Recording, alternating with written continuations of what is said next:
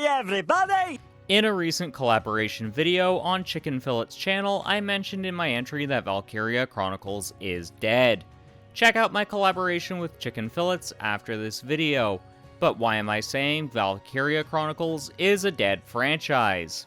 It mostly comes down to how poorly Valkyria Chronicles 4 sold.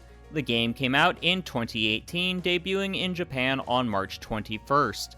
The worldwide release on all the major platforms was September 25th of the same year.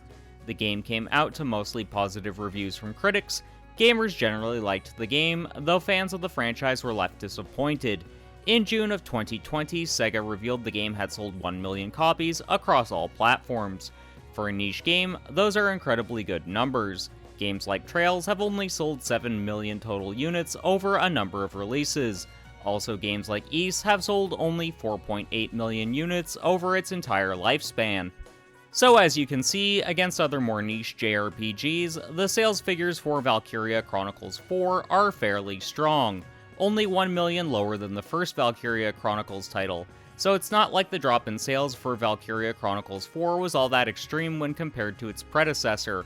I'm of course excluding Valkyria Chronicles 2 as that was confined to the PSP, and Valkyria Chronicles 3 is also excluded as that was a PSP game that's locked to Japan.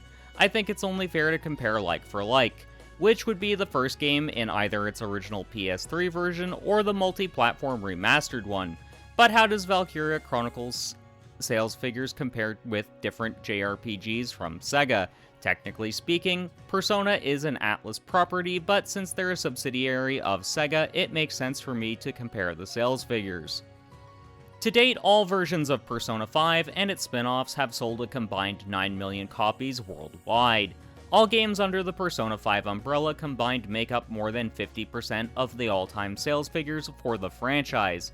Clearly, Persona 5 was the true breakout game for the series. So even against the sales of Persona 5 and its spin-offs, the sales for Valkyria Chronicles don't look too bad considering the Persona titles are going to appeal to a much broader audience. So to say that Valkyria Chronicles 4 sold poorly is disingenuous at best and downright a lie at the worst.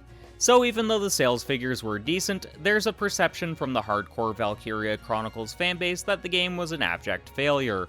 Overall, Sega has been silent about the future of the Valkyria Chronicles franchise, which is not a good sign for the future of the series. So chances are Sega now have low confidence in the IP for whatever reason, despite rather consistent sales. So why is there this prevailing thought within the Valkyria Chronicles community that Valkyria Chronicles 4 was an outright failure? This comes down to the fact the sales for Valkyria Chronicles 4 were rather slow initially both in Japan and for its worldwide release. However, those sales figures only accounted for the physical ones, which is always going to skew the numbers as physical sales figures are down across the board for all games. It would appear gaming is in a transition period from a physical medium to a digital one. However, I don't think physical will ever die off 100%. But that's beside the point. Those slow sales during the launch window gives the impression Valkyria Chronicles 4 underperformed. Fans also had other gripes with the fourth entry. So what are the gripes? It's the fact there was very little innovation for Valkyria Chronicles 4. We got a troop carrier, which was a great addition, and one new class. Otherwise, the game was a more stripped-down version than the second and third entries, which offered a more unique experience in how you could customize and specialize your units. Stripping the gameplay back to basically just an expansion on the first game really harmed the perception of this title. I know as a longtime fan of the series, this disappointed me. So with that in mind, fans were clearly not pleased with the game. But these aren't the only problems. This is something I noticed more during the launch window. The more casual audience was hesitant to pick up the game in the early days. I think this mostly comes down to the fact they were confused on if Valkyria Chronicles 4 was a standalone title or not. This comes down to how Sega has handled the series as a whole. So it's not just a problem with the fourth game in the series. The second game was a direct sequel to the first one, and you pretty much needed to play the first to understand what was happening. The third game went back to being standalone.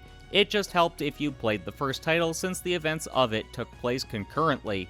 The fourth one stood on its own as well, however playing the first game and the third game helped with some context.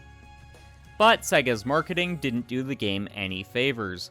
Basically, this confused marketing approach earlier on really muddied if you needed to play the previous entries or not. If the marketing had been more focused, people would have likely adopted the fourth game earlier in its life cycle, which means we'd have probably seen stronger sales overall, and we'd probably be hearing about a fifth entry in the franchise in the near future. But since the fourth game was marketed so poorly and sold so slowly initially, the future is looking kind of bleak for Valkyria Chronicles. So what do I think the future is for this now 16-year-old franchise? I don't think we're ever getting another Valkyria Chronicles game. It's just too unique a title that, while it has its fans, is an incredibly small and niche community, and it's clear it will never evolve beyond that, so Sega will likely be hesitant to dedicate resources to it, as the sales, despite being decent, aren't setting the world ablaze. Which is sad really, as one could argue the gaming industry has clearly become creatively bankrupt in recent years. I would argue that is the case at least when it comes to AAA gaming.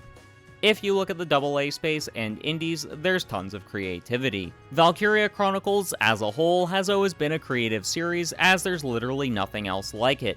The closest I can think would be XCOM, but that only holds up if you look at it from a tactical perspective.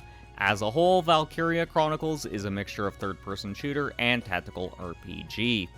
These more unique experiences are less likely to sell, either because they appeal to too small of a market or because they just don't work on a fundamental level.